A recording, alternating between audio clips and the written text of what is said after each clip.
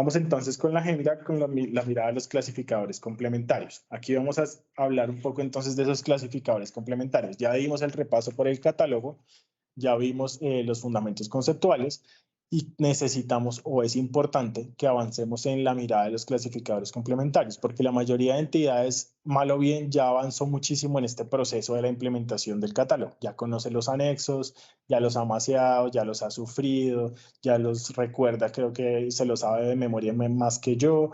Pero en este momento, en el tema de los clasificadores complementarios, seguimos presentando muchas falencias y muchas dudas respecto de cómo deben utilizarse o qué me generan como información adicional. Entonces, en ese sentido, bueno, no sé si alguien tenga alguna pregunta de gastos para pasar con complementarios. Listo. Como no hay preguntas, entonces pasemos a los complementarios. El primer complementario que queremos ver es la clasificación programática de la inversión. Y recuerda que yo les dije que esto era una orden legal anterior que no se estaba cumpliendo de cierta manera. ¿Y a dónde nos remitimos? Bien, nos remitimos al primer plan al plan de desarrollo, la ley 1753 de 2015, dos anteriores planes de desarrollo que luego quedó en la 1955 de 2019, el plan de desarrollo vigente termina este año. Y ese artículo nos habla del presupuesto orientado a resultados. ¿Y qué es el presupuesto orientado a resultados? Pues básicamente es que las entidades territoriales deben orientar su inversión al logro de conseguir resultados, pero a través de una metodología y a través de una determinación y una planeación correcta de las necesidades que tiene en materia de inversión. Entonces, toda la inversión pública o por lo menos de las entidades que tienen planes de desarrollo, es decir, la nación, las entidades territoriales y también de cierta manera los establecimientos públicos porque les ayudan a cumplir con esas funciones que están en el plan de desarrollo territorial o con esos proyectos de inversión y sus compromisos, debe estar orientado o manejado a través de la clasificación programática de la inversión pública. ¿Qué hay en esa clasificación programática de la inversión pública? Tenemos algunos elementos que ustedes van a ver en el manual. Cuando algunos de ustedes, yo sé que algunos ya lo han visto en la página de ayudas de la metodología general ajustada del Departamento Nacional de Planeación, está un manual. Sí, antes de continuar, ingresos y gastos, que qué pena no las habían hecho antes. Sí, hay unas preguntas en el chat, entonces vamos a continuar. Entonces, la primera pregunta que están haciendo es la siguiente. Los recursos que reciben los municipios por concepto del 75% de Coljuegos para el régimen subsidiado y el 25% para salud, ¿en qué objeto de ingreso deben registrarse? Igual, ¿cuál sería el código de la fuente de financiación? Concepto de ingreso, participación y derechos por monopolio, por juegos de suerte y azar, dependiendo del juego que lo haya seleccionado. Cuando ustedes van a ese concepto de ingreso, están todos los juegos que hay, entonces están rifas, billetes electrónicos, etcétera, etcétera. Del tipo de juego se debe hacer la clasificación. Y la fuente de financiación es la misma, es participación y derechos por monopolio, que también está establecida. Ahorita vemos el catálogo de fuentes con detalle, pero la deben buscar de esa manera. Sí, ahora en ingresos se debe calcular por cada ingreso propio lo que correspondiente al 1% de la ley 99 y ponerle la fuente 123402.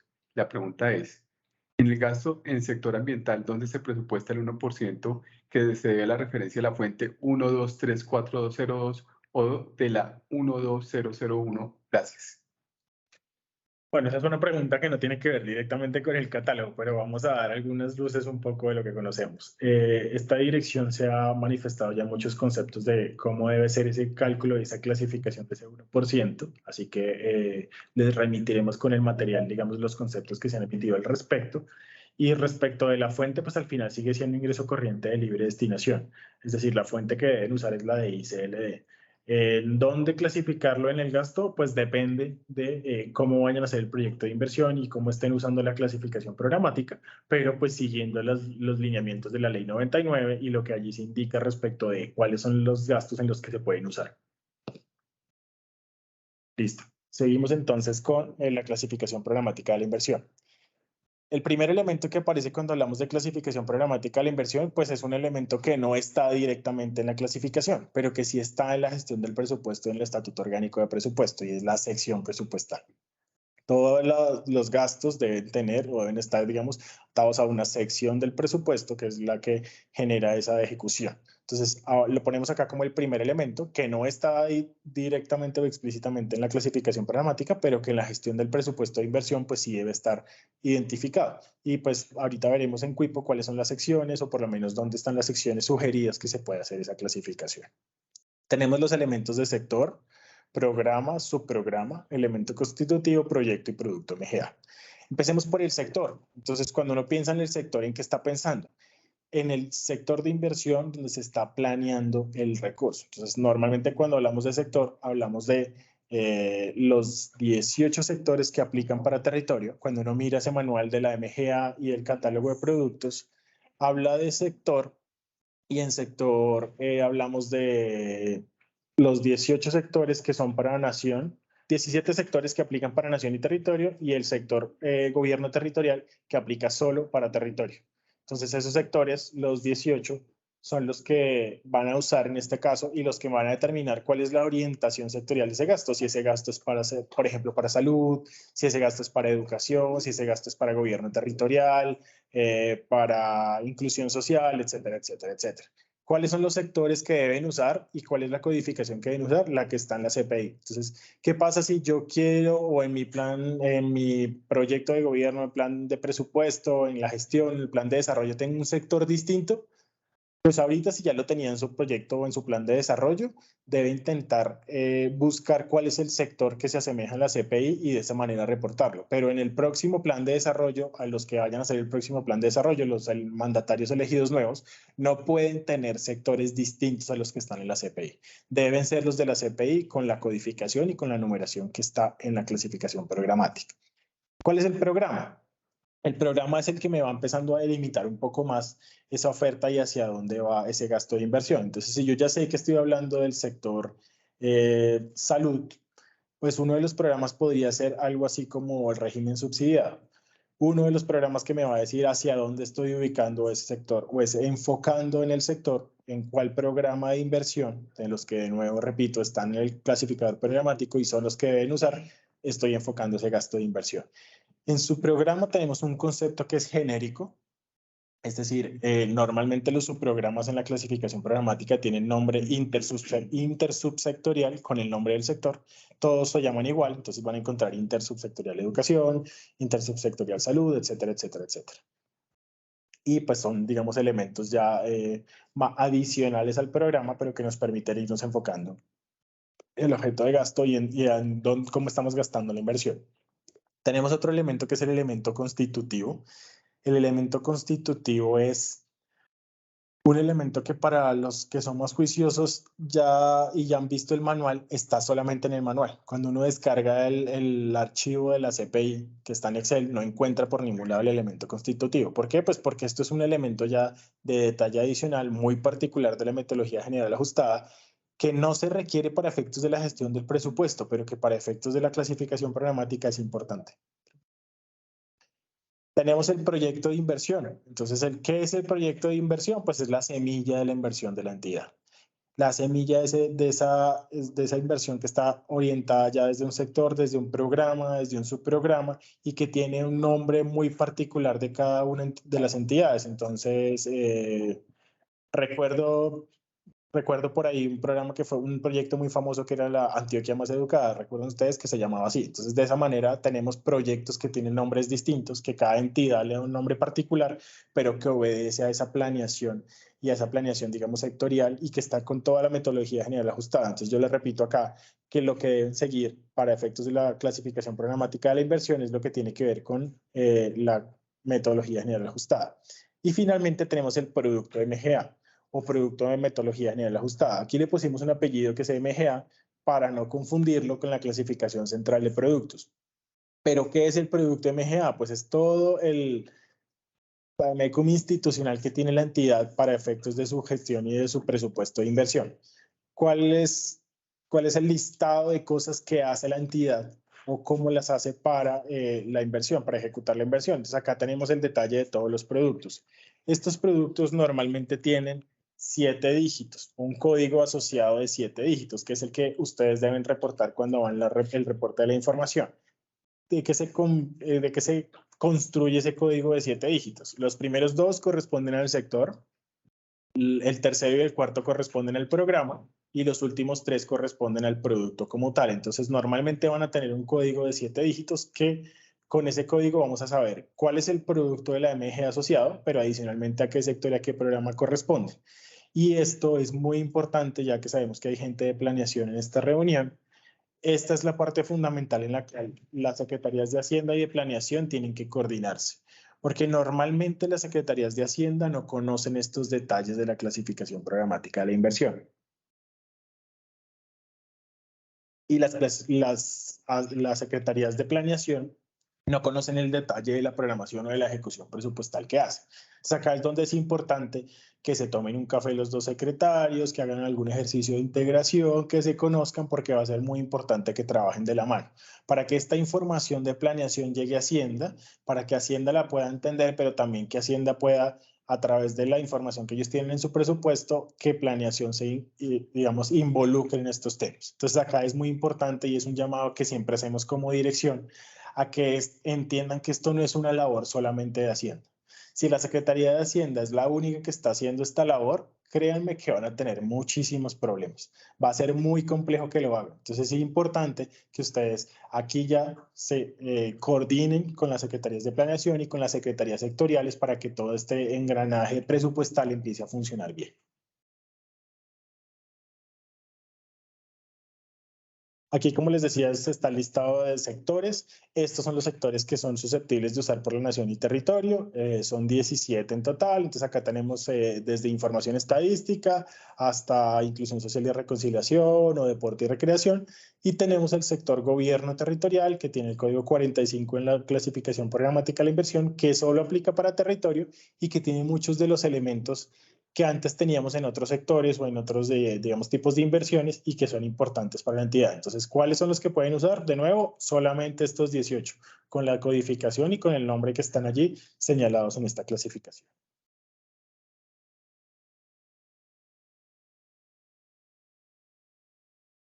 ¿Cómo se hace esa interacción entre la clasificación programática y el catálogo de clasificación presupuestal, el CCPET?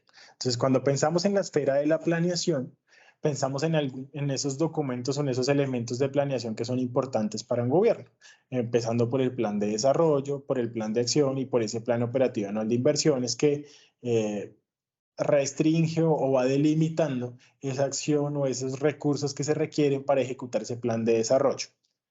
De allí se desprende ese presupuesto de gastos de inversión que se revisa cada año con las entidades, que entendemos y sabemos que lo revisan normalmente la Secretaría de Hacienda con la Secretaría de Planeación y con las demás secretarías para ver, digamos, cómo se basa esa ejecución de presupuesto de gastos de inversión.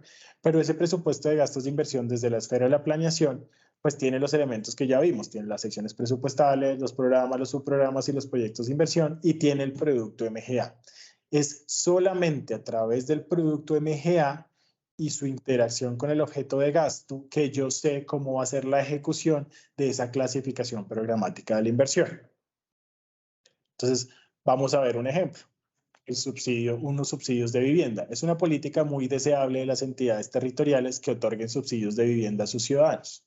Cuando pensamos en un proyecto de inversión para esto, pensamos en primero en los elementos que debe tener la clasificación programática de la inversión. Entonces, miren que cuando hablamos de sector, tenemos que señalar que es vivienda, ciudad y territorio. Cuando hablamos del programa, tenemos el programa de acceso a soluciones de vivienda. El subprograma, como ya les dije, es un subprograma genérico que se llama Intersubsectorial Vivienda y Desarrollo Territorial. Tenemos un proyecto de inversión con su nombre de proyecto propio. Vamos a decir acá, por ejemplo, vivienda para todos los cucuteños, como el nombre del proyecto de inversión que nos estamos inventando. Ese proyecto de inversión debe estar emitido en el SUIF territorial del Departamento Nacional de Planeación y debe tener un código BEPIN. Muchas entidades nos preguntan, ¿qué es un código BEPIN? Entonces, cuando uno dice, ¿qué es un código BEPIN? Pregúntele al de planeación qué es un código BEPIN, él le va a contestar, pero si no le contesta el de planeación, yo le digo que un código BEPIN es como el código de identificación que tiene cada proyecto en el SWIFT territorial. Y ustedes me van a preguntar, pero es que yo tengo un banco de proyectos en la entidad, en mi municipio hay un banco de proyectos, ¿ese código BEPIN me sirve? No. El código BEPIN que nos sirve es el que está en el Departamento Nacional de Planeación, en el SWIFT territorial, y el que asigna el DNP a cada proyecto de inversión. Para este caso, en nuestro ejemplo, tenemos un producto MGA que se llama Servicio de Apoyo Financiero para Adquisición de Vivienda. Entonces, yo ya sé que en este caso y en nuestro ejemplo, la entidad lo que quiere hacer es un proyecto de inversión para subsidiar la vivienda o para apoyar financieramente a los ciudadanos para que adquieran vivienda. Tengo el producto MGA, que en nuestro caso tiene este código 4001031. Recuerdan lo que les dije antes, 40 sector, 01 programa y 031 el producto. Pero hasta ahí yo no sé cómo lo voy a ejecutar. Entonces yo hasta ahí sé que quiero hacer un servicio de apoyo financiero para que los ciudadanos adquieran la vivienda, pero cómo lo voy a ejecutar, yo todavía no lo sé. ¿Y quién me va a decir ese cómo lo voy a ejecutar?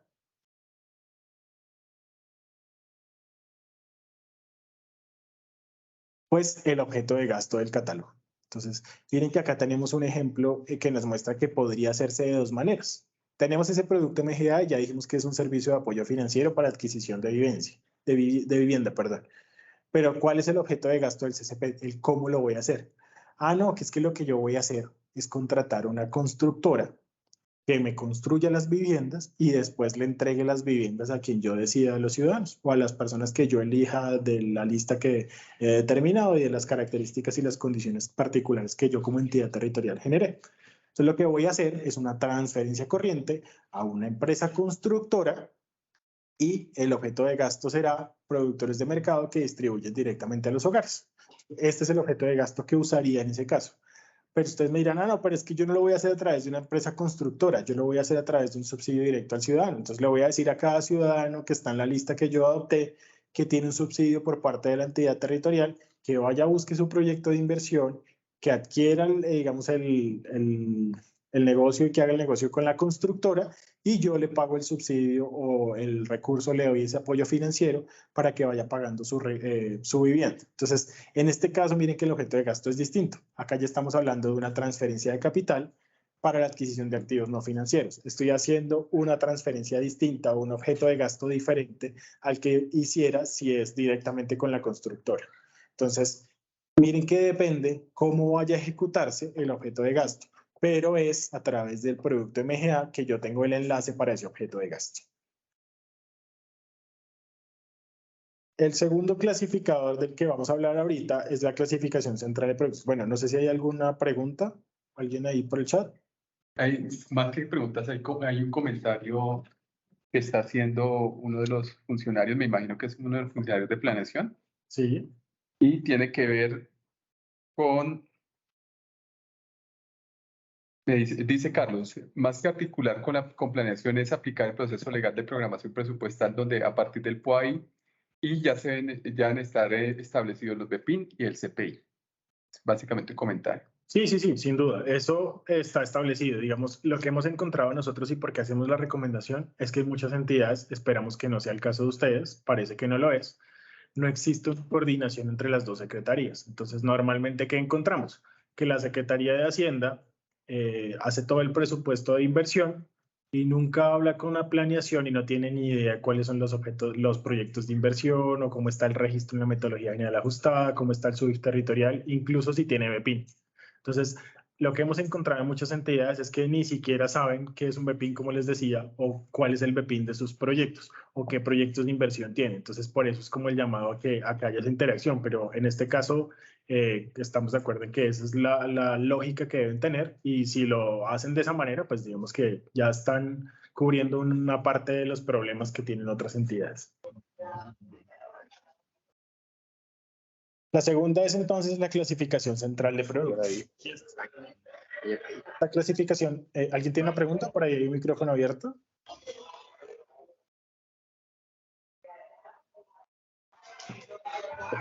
La clasificación central de productos es una clasificación homogénea. Por favor, apagan el micrófono.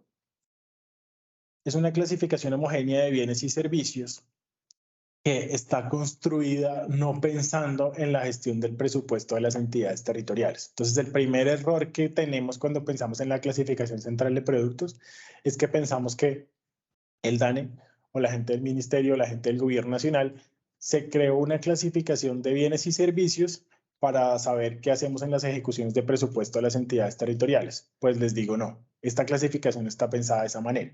Esto es una clasificación internacional de la Organización de las Naciones Unidas que tuvo una adaptación para Colombia a través del Departamento Administrativo Nacional de Estadística, DANE. ¿Y qué pretende? Pretende tener una lista detallada y exhaustiva de todos los bienes y servicios que se pueden producir y transar en una economía. Entonces, cuando ustedes piensan en la cantidad de elementos que puede tener esa clasificación, pues son muchísimos. Es un manual gigante con muchísimos detalles de bienes y servicios. Incluso por eso a veces pensamos que es demasiado engorroso, tedioso hacer esta clasificación o utilizarla. Y pensamos un poco en la utilidad y decimos, pero ¿para qué nos puede servir a nosotros como entidades territoriales? ¿O para qué le puede servir el gobierno nacional? Y yo les devolvería la pregunta diciéndoles, ¿ustedes creen que al alcalde o al gobernador le podría interesar saber si el contenido nutritivo de los alimentos que está brindando en su plan de alimentación escolar o en su programa de alimentación escolar en la entidad es alto o es bajo? Si eso le permitiría tomar mejores decisiones. Yo creo que sí, yo creo que sí. Uno tiene el detalle de la cantidad de alimentos que está brindando a su programa de alimentación escolar. ¿Qué tan, qué tanto contenido nutritivo tienen para los niños de su municipio o de su departamento? Eso puede servir para tomar mejores decisiones. Entonces, este caso es esa la utilidad que tiene la CPC. Nos va a dar un detalle gigantesco de bienes y servicios que nos permitirá tomar mejores decisiones y tener mayores datos y mejor información para esa toma de decisiones como alcaldes o como gobernadores. ¿Qué tiene la CPC? Entonces tiene 7 dígitos básicamente, en algunos casos 7, en otros 5, pero en la mayoría, en todos 5 mínimo, en algunos solo 7. Y esa sección, esos dígitos están, digamos, clasificados de manera jerárquica a través de primero la sección, luego la división, luego el grupo, la clase, la subclase y el producto. ¿Qué les va diciendo? Eso es un árbol de clasificación que también se va abriendo y les va mostrando cuáles son los elementos de, digamos, de más detalle de cada uno de ellos. ¿Qué son o cómo los articulamos con el CCPET? Pues los articulamos a través de las secciones del CCPET o de las cuentas de captura. ¿Por qué? Porque se acuerdan que al comienzo yo les dije, a veces es un poco difícil aprenderse de memoria cuáles son los que yo tengo que usar la CPC. Entonces, si yo no sé qué son en venta de bienes y servicios o se me olvidó que son en adquisición de activos no financieros o en gastos de comercialización y producción, pues la forma más fácil de acordarme es ir al CCPET.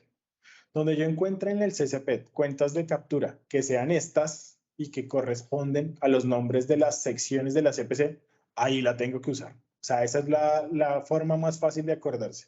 Y es el que tiene el catálogo complementario que tiene el vínculo más sencillo. Si yo no me acuerdo dónde es, voy y busco donde las cuentas de captura se llamen de esta manera. Y miren que para el ejemplo tenemos los ingresos por venta de bienes y servicios. Tenemos 10 secciones o 10 cuentas de captura que comienzan en agricultura, silvicultura y productos de la pesca y terminan en servicios para la comunidad sociales y personales. Cuando vamos a las secciones de la CPC, pues resulta que las secciones se llaman exactamente igual. La sección 0, agricultura, silvicultura y productos de la pesca, y la sección 9, bueno, hasta la sección 9 que se llama servicios para la comunidad sociales y personales. Además, miremos que en este caso tenemos resaltado el 4, que la cuenta de captura del CCP que termina en el dígito 4 de estas que ya estamos hablando, que se llama productos metálicos, maquinaria y equipo, es el mismo dígito de la sección de la CPC. Entonces ahí que nos está diciendo, nos está dando la llave para saber cómo articular la CCP, el CCP con la CPC, pero adicionalmente nos está diciendo en dónde buscar en ese mundo gigantesco de bienes y servicios el bien o servicio que estoy buscando. Otro elemento que tiene la CPC que es vital, es muy importante y es fundamental para todos, se los presento, creo que va a ser su nuevo mejor amigo para efectos de esta clasificación de productos, es la nota explicativa. Cuando ustedes van a ese manual que tiene el DANE, hay un elemento que se llama nota explicativa y por cada uno de los productos, en este caso en nuestro ejemplo tomamos el de servicios de seguro de vida individual, tiene unas notas que nos van a permitir aclarar si esa es la clasificación correcta o no. Pensemos entonces en nuestro ejemplo en que una entidad quiere adquirir un seguro de vida para un seguro de vida por muerte accidental para el alcalde o para el gobernador o para alguien de la entidad territorial. Entonces yo estoy buscando en los productos de la CPC donde hay un seguro de vida, un servicio de seguro de vida. Y llego a este producto, el 71311. Cuando veo la nota explicativa, este me dice que incluye servicios de concertación de pólizas de seguros que estipulan pago de demandas a beneficiarios en caso de fallecimiento de la persona asegurada o al asegurado superviviente si la póliza llega a su vencimiento. Leyendo eso, yo digo, sí, puede ser, es decir, ahí estamos hablando de un seguro por muerte accidental. Esa póliza puede estipular una protección sencilla, puede contener un componente de ahorro, puede abarcar a personas o miembros de grupos y también se incluye aquí los seguros exequiales y seguros de educación. Entonces yo digo, bueno, pues pareciera que sí, pero miren lo que está diciendo al final de la nota explicativa. Esta subclase excluye a los servicios de seguros por muerte accidental. Entonces, si lo que yo estoy buscando es un seguro por muerte accidental, este no es el código del producto. Y entonces, ¿a dónde voy a buscar el código del producto? Otra vez voy al comienzo y empiezo a buscar a ver dónde está el producto. Control B, seguro por muerte accidental, ¿no? Lo que me está diciendo es el que tengo que ir a la subclase 71341. Y yo ya sé que desde la subclase 71341, que son servicios de seguros por accidentes personales, puedo clasificar ese seguro por muerte accidental. Entonces, estas notas explicativas son muy importantes y les van a servir, van a ser de gran ayuda para cuando vayan a hacer esta clasificación.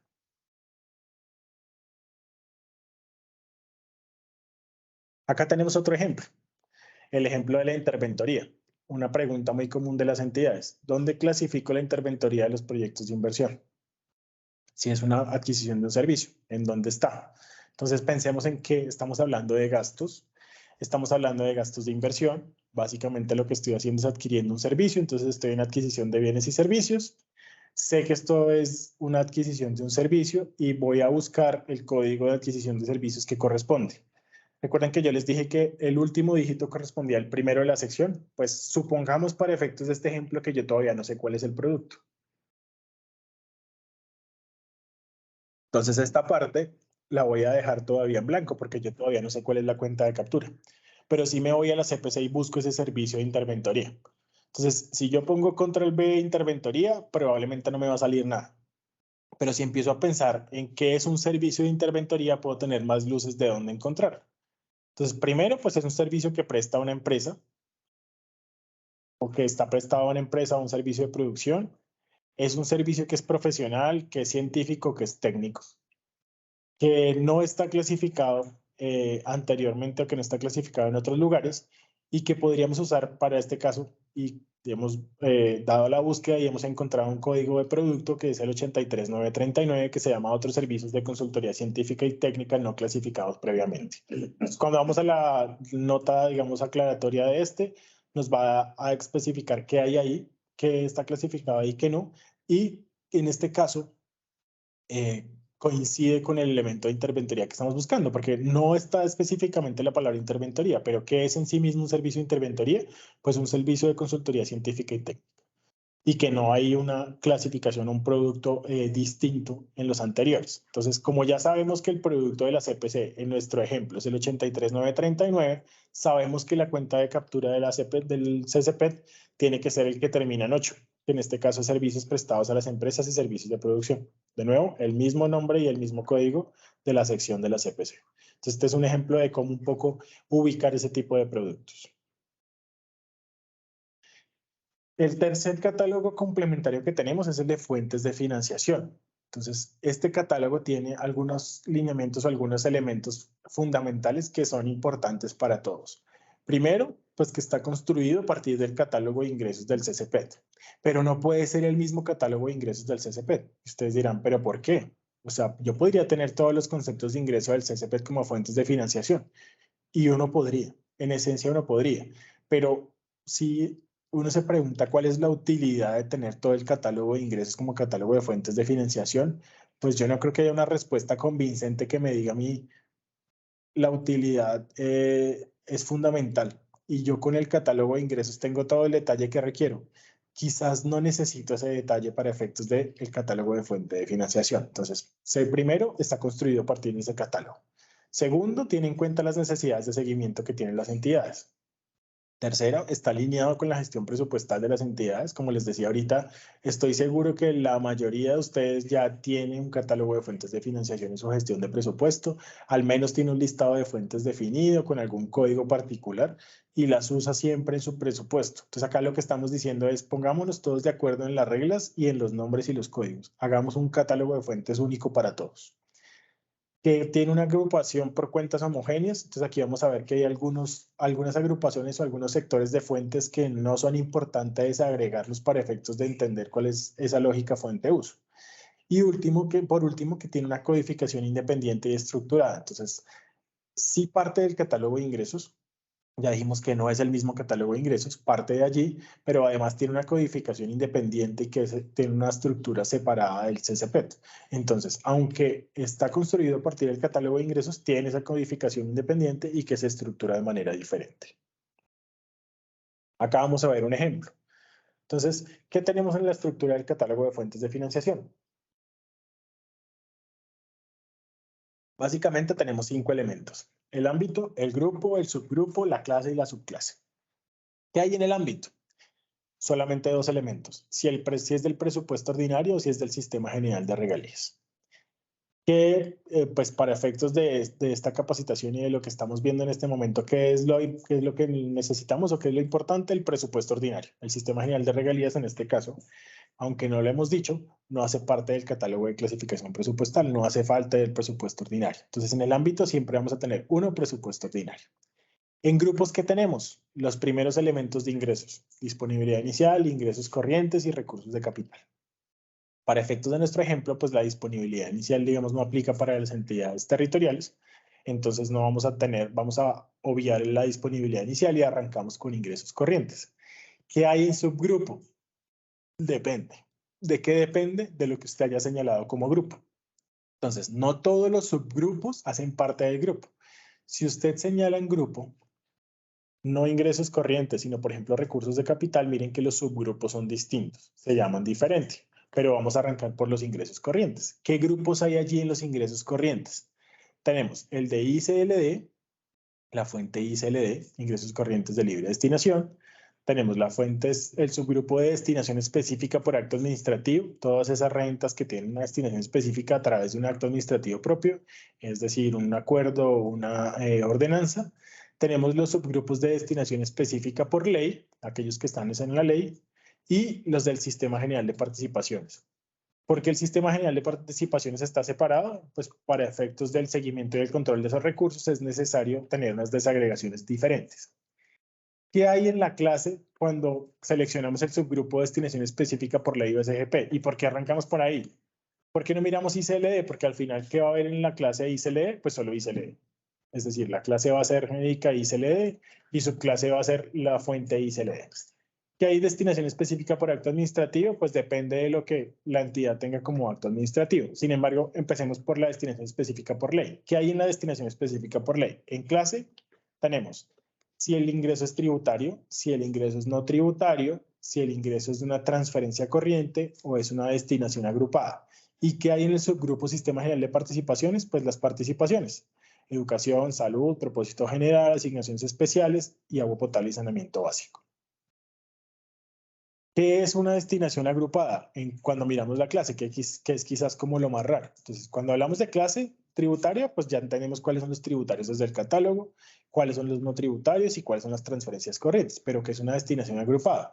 Pues esa pregunta que nos hacían respecto del 1%, eso es una destinación agrupada. ¿Por qué? Porque lo que me está diciendo es que yo de los ingresos corrientes y destinación voy a destinar ese 1%. Entonces acá yo estoy teniendo una bolsa o un grupo de recursos y por eso se llama destinación agrupada. Está específicamente esta clase para eso, para la destinación agrupada. Entonces ahorita se acuerdan cuando hicieron la pregunta, yo les dije pues la vamos a responder un poco desde la estructura del catálogo de fuentes.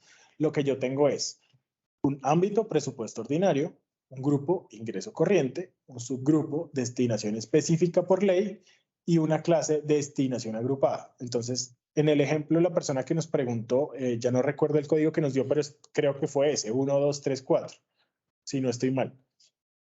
Si fue ese el que nos dio, esa es la respuesta correcta de la forma como debe usar esa fuente de financiación del 1%.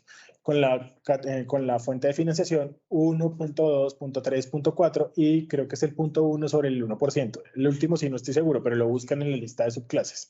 Pero obedece a una destinación agrupada. Entonces esa es la respuesta correcta, por ejemplo, para la persona que nos señalaba o que nos preguntaba por esa fuente. ¿Qué tenemos en el de recursos de capital? Entonces miren que acá seguimos en el ámbito presupuesto ordinario. En grupo ya me pasé de ingresos corrientes a recursos de capital y en subgrupos aparecieron otros subgrupos distintos a los que teníamos arriba. ¿Cuáles son los subgrupos que aparecieron acá? Los que son distintos de recursos del balance y rendimientos financieros, los que son rendimientos financieros y los que son recursos del balance.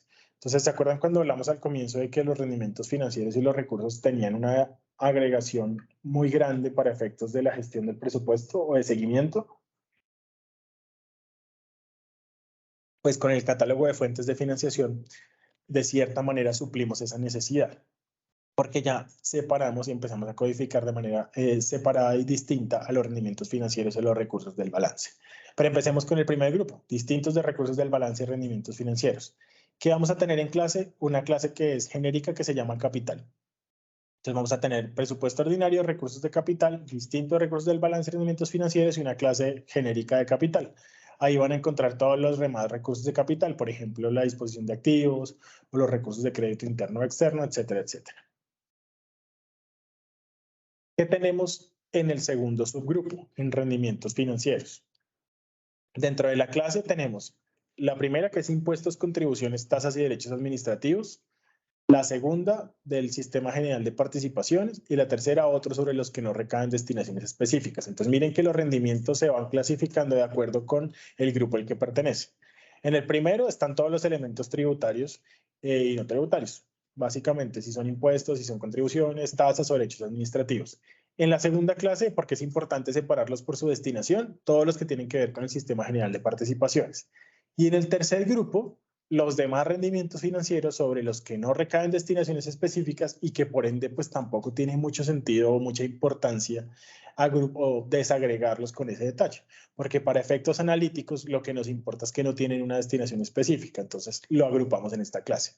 Y la subclase pues depende de lo que estemos buscando, la adicionamos el código que corresponda y la fuente digamos que estamos buscando. Por ejemplo, si estuviéramos buscando, no sé, rendimientos financieros del SGP de educación, prestación de servicio educativo. Estaríamos hablando de presupuesto ordinario, de un recurso de capital, de un rendimiento financiero, del Sistema General de Participaciones, de la participación de educación y de prestación de servicio educativo. Entonces ahí tendrían el código de la fuente. César. Hay una pregunta.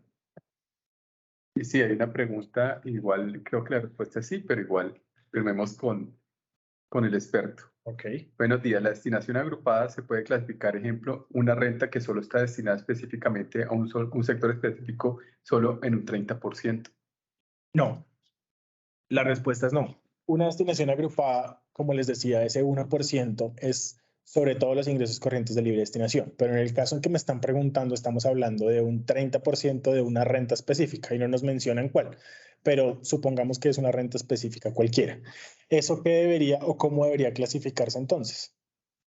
Vamos a ir de nuevo al arbolito. Entonces, ¿qué tengo yo? 1, presupuesto ordinario.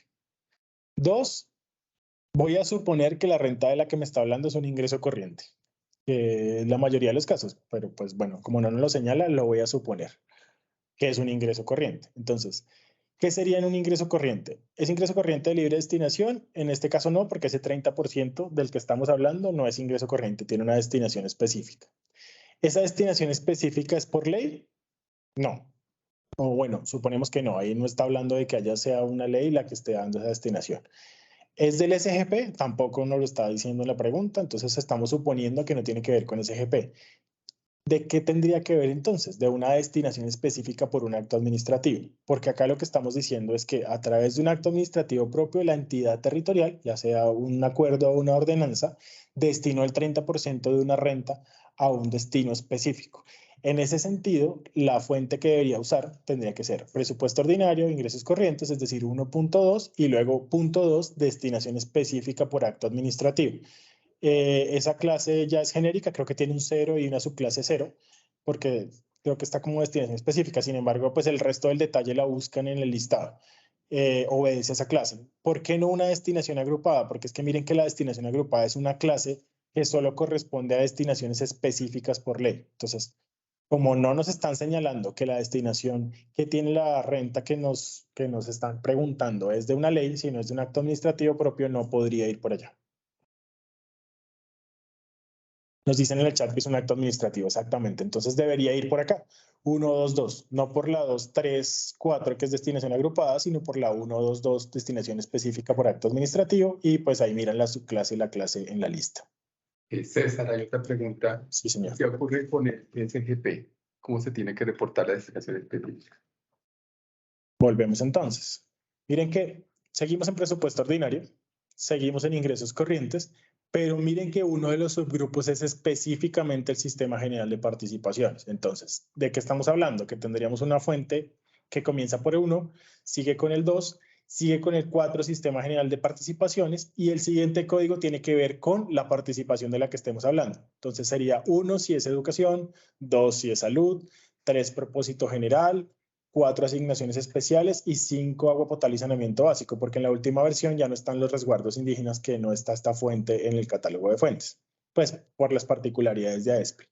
Pero básicamente lo que tendría es 1, 2, 4 y el código dependiendo de qué participación sea, qué asignación y qué elemento necesite. Entonces, por ejemplo, en nuestros ejemplos que tenemos acá, SGP Educación, Prestación de Servicios, tendría una fuente que comienza por 1, 2, 4, 1, que es educación, y que tiene un código adicional que ustedes lo buscan en el listado para prestación de servicios. Así deberían clasificar la fuente de financiación de ese. Listo. Entonces, íbamos acá, ¿verdad? Íbamos en este, rendimientos financieros. Ya miramos los rendimientos financieros. Ahora vamos a los recursos del balance. Pues miren, seguimos manteniendo presupuesto ordinario, ámbito 1. El grupo ya cambia, ya no hablamos del 2, sino vamos al 3, recursos de capital. Seguimos en recursos de capital, vamos a recursos del balance, ya no es 2 rendimientos financieros, sino recursos del balance. Y miren que la clase ya cambió. En la anterior teníamos, pues se cambia rápido, impuestos, contribuciones, tasas y derechos, SGP y otros. Ahora tenemos de libre destinación. Aquí hay una pregunta en el chat que nos habla de, en las fuentes de financiación quitaron los recursos del balance de rendimientos financieros. Estos recursos, ¿dónde se pueden clasificar? Por definición, ¿qué es un recurso del balance de un rendimiento financiero? Un recurso del balance. Es decir, estamos hablando de que es un recurso de la vigencia anterior que pasa a la vigencia siguiente. ¿Que pertenecía a los rendimientos financieros? Sí, pero para efectos de la clasificación del ingreso, pues sigue siendo un recurso del balance y no va a tener una, ¿cómo decirlo? Para efectos de la fuente no es importante, digamos, saber de dónde proviene, porque en este caso lo que nos interesa saber es que es un recurso de capital y que pertenece al recurso del balance. Por esa razón, digamos que se eliminó, porque estaba generando confusiones. Pero si ustedes van a la lógica conceptual de qué ingreso es, sigue siendo un recurso del balance. Más allá de que la fuente haya sido en algún momento rendimientos financieros o que la fuente anterior fuera el SGP o que la fuente anterior fuera un impuesto, el ingreso, o en este caso, la fuente de financiación que deben usar es la de recursos del balance. Por eso se eliminó. Entonces, solamente deben poner recursos del balance y por eso ya no está esa de antes de recursos sobre rendimientos que generaba esta confusión. Sigo entonces con recursos del balance. Miren que aquí ya hay 11 clases. ¿Cuáles son esas clases? La primera sí es de libre destinación. Entonces, yo separo en un grupito cuáles son los recursos del balance de libre destinación. Que, por ejemplo, en este caso de los rendimientos financieros, pues irían acá. Porque, bueno, depende de la renta, pero supongamos que es de libre destinación. También podría ser una renta de rendimientos financieros que tenga otra destinación. Tenemos de libre destinación. Entonces, si por ejemplo tuviéramos un recurso del balance, un recurso de ingreso de libre destinación, por ejemplo, un impuesto que no tenga alguna destinación específica determinada, iría en esta clase.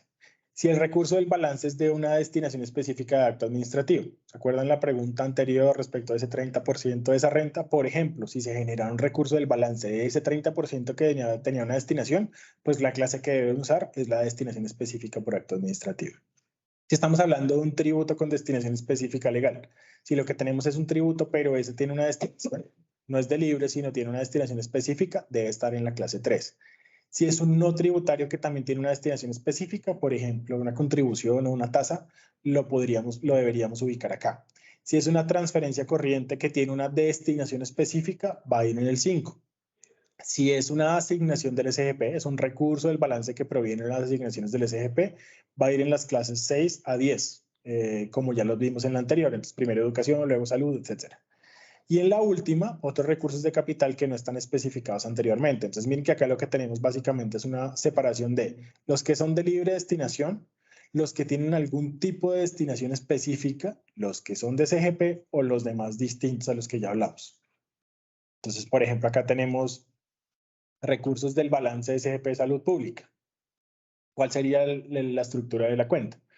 1, presupuesto ordinario, 3, recursos de capital, 3, recursos del balance, 7, asignación de salud, porque la 6 es educación, la 7 es salud, y buscaríamos el código adicional o el detalle adicional para salud pública.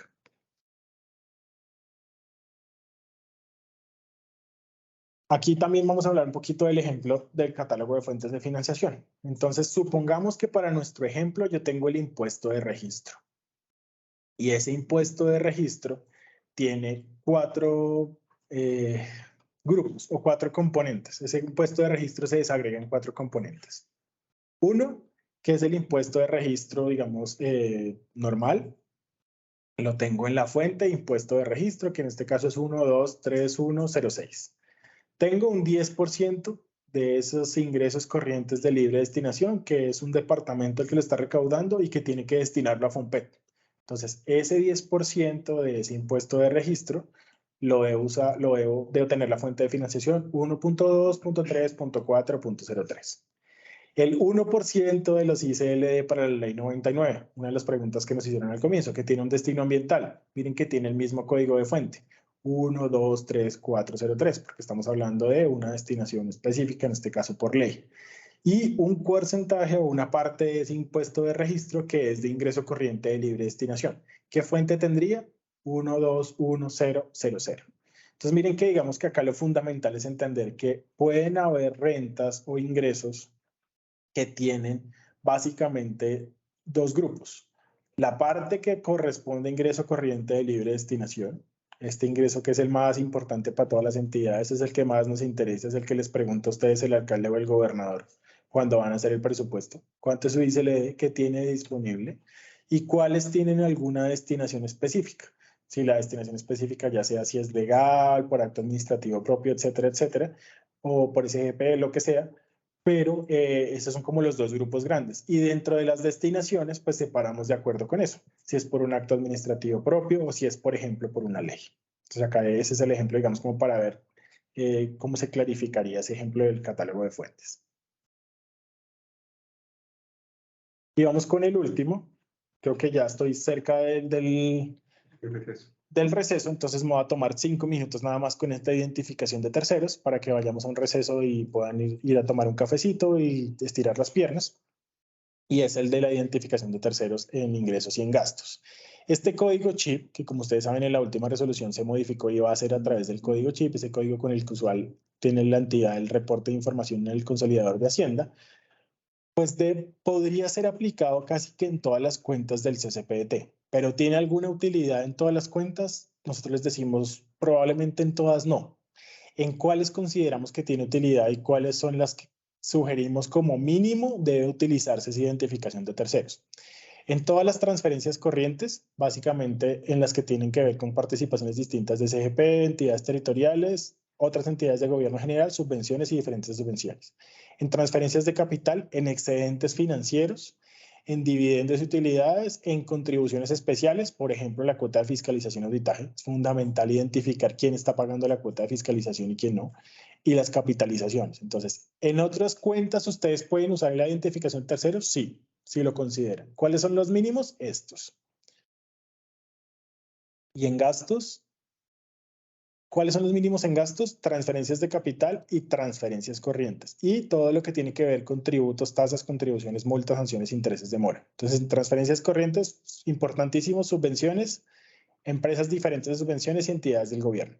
Todas estas transferencias deben utilizar el código de identificación de terceros o código chip.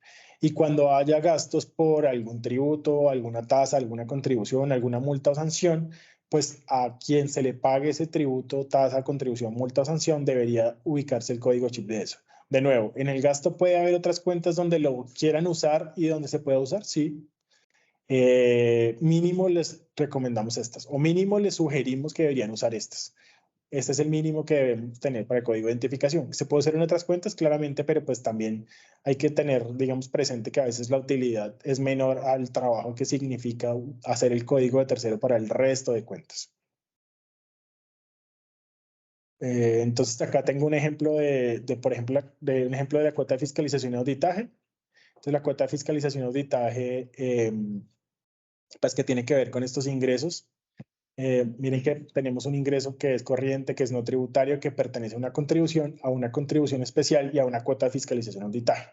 En nuestro ejemplo estamos hablando de que el Acueducto Metropolitano de Bucaramanga le está pagando al municipio de Bucaramanga la cuota de fiscalización auditaje. Y con esta identificación el municipio nos está diciendo que por esta cuota de fiscalización de esta entidad, el Acueducto Metropolitano está recibiendo la cantidad de recursos que generó en el formulario, entonces, o que tiene en su presupuesto. Entonces, esta es la forma como debe identificarse y ubicarse el código de identificación de terceros y que va a servir para la gestión. Vemos.